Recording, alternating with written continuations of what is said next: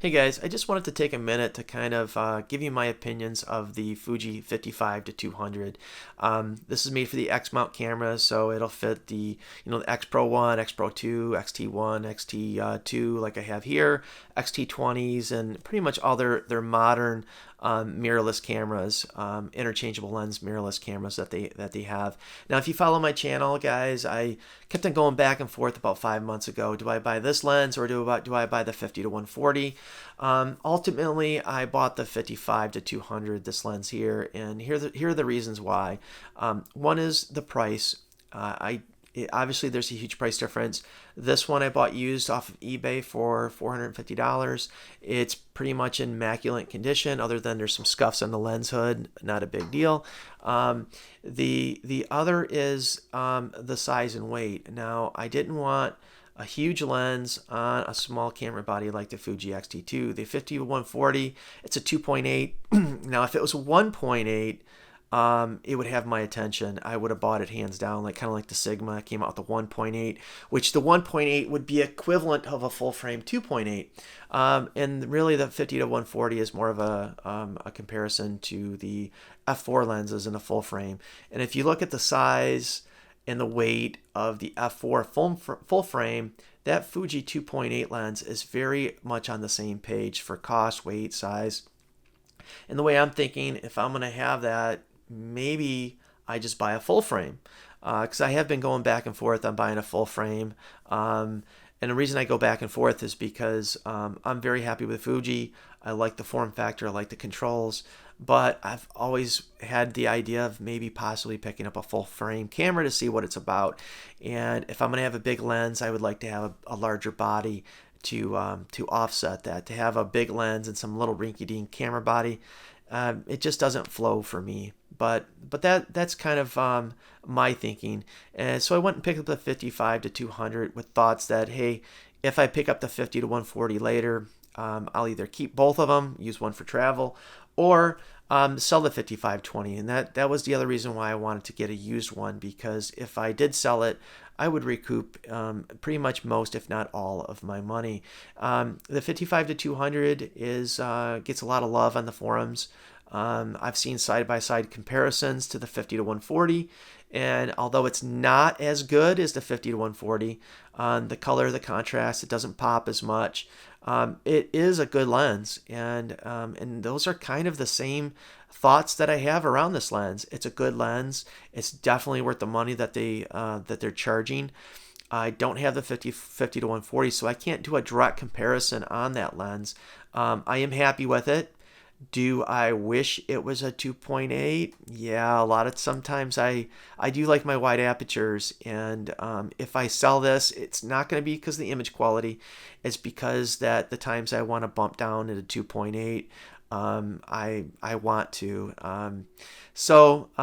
Yeah, let's go ahead and get into it. Now, the 55 to 200 can be compared directly with its smaller brother, the Fuji 1855. Now, a lot of you have this lens. It can be picked up at a very low rate if you purchase it new with your camera as a kit. But this lens, this 55 to 200, if you're thinking about getting it, if you're happy with the 1855, then get it. Because in my opinion, the build quality, the layout, how it functions, how it looks, I mean, it's an identical clone. Other than the focal length, it's exactly the same. They both extend outside of the camera body when they're zoomed out. I'll give you kind of a look of that. Optically, as far as their image quality, I think they're on par. Again, just a different focal length. So if you're happy with the 1855, which it is a very good lens, I think you'll be happy with the image quality of the 55 to 200. Let's take a closer look at Aperture. I went ahead and hooked up my camera to this external monitor just so that you could see both the f-stop, currently we're at f10, and the exposure, how those two things change as I make adjustments and changes to the lens. This lens does have a aperture ring on it, very similar or the same as the 1855. As I turn it to the right, the aperture steps down and at its smallest aperture of f22. Now, there's no hard stops on this lens. Again, it works like the 1855. I can continue to turn it to the right, and the smallest it's going to go is f22. On the other end, I can turn it to the left, and it will open to its maximum aperture at 3.5. Now this is a variable aperture lens, meaning that 3.5 is only available at its widest end at 55 millimeter. As soon as I start zooming out, it's going to start stepping down gradually until I get to the longest focal length, which is 200 millimeter. I'll go ahead and show you guys that now. So I'm going to slowly turn this out. Right now I'm set at 3.5 at 55 millimeter. I'm going to zoom out, and as you can see, it's starting to increase, and we'll continue to do so until I hit 4.8. That's as soon as I hit that 200 focal length is when it hit 4.8. Same thing coming back. It's going to continue to get smaller because it knows I'm trying to shoot at 3.5. This only matters when you're trying to shoot at that widest opening aperture. Now, if I go ahead and adjust it to say 5.6, I'm going to zoom out just like I did. As you can see, that f-stop did not change throughout the focal length. It stayed at a constant because that f.6 is available throughout the complete focal range. One thing that I noticed it's a little bit weird about this lens, as I was doing this video, I never noticed this before. Say I'm shooting at f5.0 at the widest end, and you would think f5.0 is greater than 4.8 because 4.8 is the minimum aperture at its 200 focal length.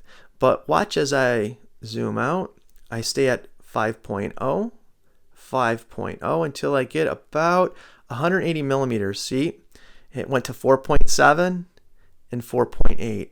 So for whatever reason, that little gap there, it's the only range that I can get it to do that. I just think it's odd. I don't know if it's a firmware bug on the lens itself, but you think it would be at 5.0, but it won't. It'll bump down to 4.8.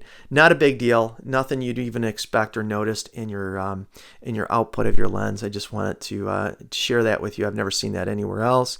It is a gradual change on your f-stop rating, 3.5, and this is better than a lot of other variable lenses on the market, because the ones that I had from Canon before, you were at your widest opening, which wasn't close to 3.5. I think it was like I don't know, 4 something, I forget exactly. And as soon as you started to zoom in on those, it would change to its maximum aperture or its minimum at the maximum length. So yeah, it is pretty good as far as variable lenses go. What I like about this lens, I mean, optically, it's a great lens. Fuji does it well. They know how to make lenses. Obviously, they've been doing it for many, many, many years. What you get for your money, it's well worth it. Fuji for $450 used or $600 new, it's a bargain. It's a good value, I think. And the form factor, I think the weight, the size, it really fits the X-T2 in these mirrorless cameras very well. I had it sitting around my shoulder. It sat in a nice position, and it rendered great photos. It had good contrast. Everything was nice. I do like it has an aperture ring. I do like the controls, like the 18-55. You can do aperture automatic if you're doing shutter priority. It's got optical stabilization, which is really, really nice. The optical stabilization on this lens does a fantastic job. Fuji does it well. Their OIS on every lens that I've had with the OIS does a fantastic job. The things I didn't like too much, and I knew it when I bought this lens. One is the aperture itself. Now there are times where I was shooting at like 100 millimeter. I would have liked to have a 2.8 just to try to blur out the background. Being a variable aperture, I don't like having to zoom in at 3.5 and my exposure gets darkened. That happened a couple times, and I had to keep on changing my my exposure. And the aperture itself, I was at like 100 millimeters.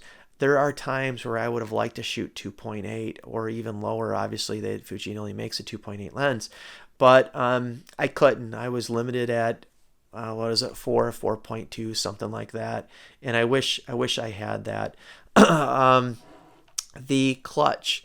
Some of the other lenses, like the 16 millimeter, you can shoot it in manual and have that clutch drive. And I would have liked to have that on the lens. And yeah, am I asking too much from this lens? I am. It's a $400 to $600 lens, depending if you buy it used or new. And I don't expect that for the price range, but those are things that personally I like, and I've kind of been spoiled with it. And I don't even know if the 50 to 140 has that clutch ring and a few of these things that I want. And if it does, I may buy it.